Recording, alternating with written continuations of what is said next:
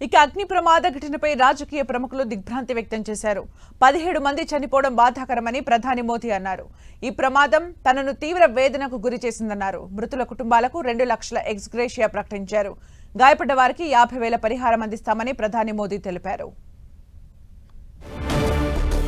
Telangana CM Revanth Reddy కూడా విచారం వ్యక్తం చేశారు. బాధిత కుటుంబాలకు అండగా ఉంటామన్నారు. మంత్రి పొన్నం ప్రభాకర్ ను అడిగి ప్రమాద వివరాలు తెలుసుకున్న సీఎం రేవంత్ రెడ్డి క్షతగాత్రులకు నాణ్యమైన వైద్యం అందిస్తామన్నారు. మరోవైపు ఈ ఘటనపై కాంగ్రెస్ అగ్రనాయకుడు రాహుల్ గాంధీ, ఖర్గే ఆరా తీశారు. అగ్ని ప్రమాద ఘటన అత్యంత బాధాకరమన్నారు.